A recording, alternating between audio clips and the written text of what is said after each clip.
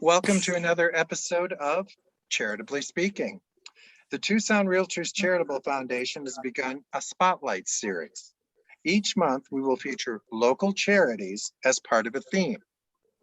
This month's theme is the Forgotten Child. With all the back to school activity, we want to make sure no child is left behind. Today, as part of our Spotlight series, we have the pleasure of talking to Executive Director of Angel Heart Pajama Project, Dr. Patti Lopez, and Stacie Emert, Board President. Welcome both. Thank you, Steve. Yeah, well, let's jump right in. And I don't know who's going to take the mantle answering, so you guys fight it up amongst yourselves. We'll just share. All right. What is Angel Heart Pajama Project's mission?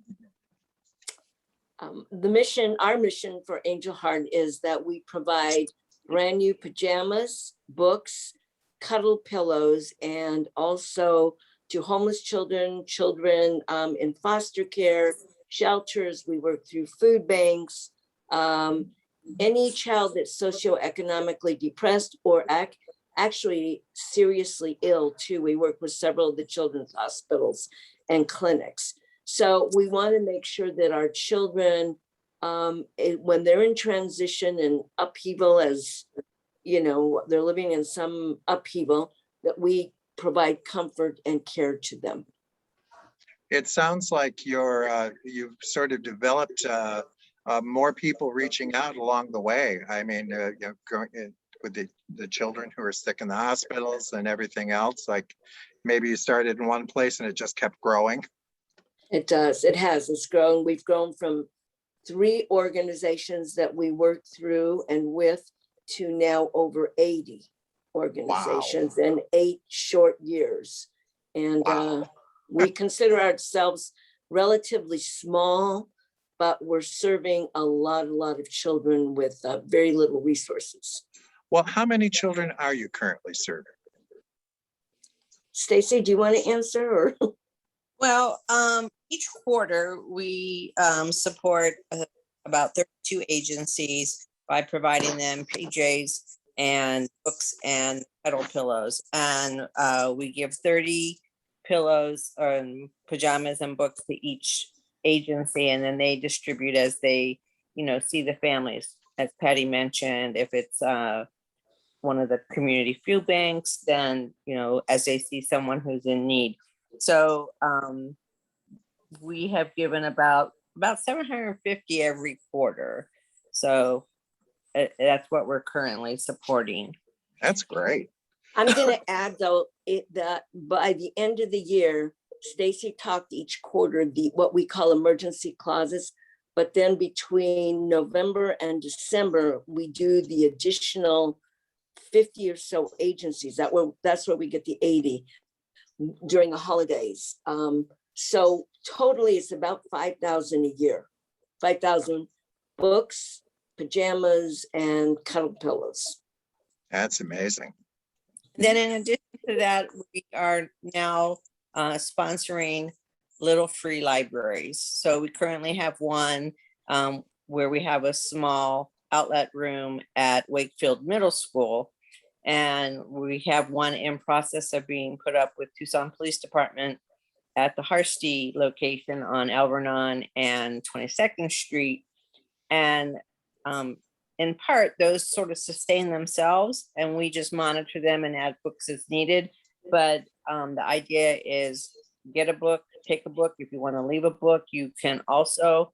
And so we're able to support literacy through the little free libraries. That's great.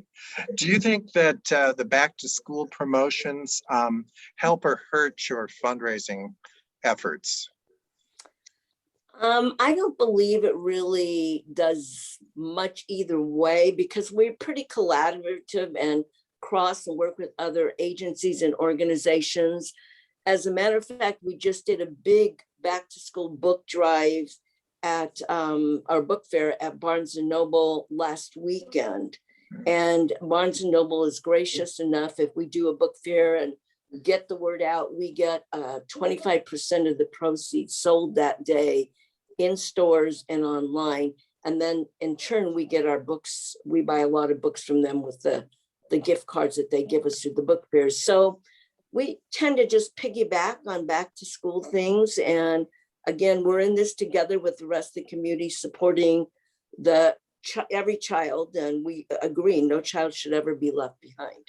Do you do that Barnes and Noble event once a year? Or is it more than once a year? At least twice, and maybe more often. We do at the beginning of December, we do the Polar Express. Lots of fun. We have all sorts of activities in there. We scavenger hunts, train rides, everything you can think of, cake decorating, face painting. And then again, we read the Polar Express and encourage reading to kids. So that's twice a year, and then they want us to do a lot more. We'll see. I was going to say, the next time you do, let us know at the Charitable Foundation, and we'll be happy to broadcast that out for you to get even more people to participate, because that's a good thing. So if someone decides to donate today, and we certainly hope they will, what can they expect? Where should they expect their dollars will go? All the dollars that we get, except for probably around maybe 5%, go to transportation fees and a small stipend for 2 part-time employees.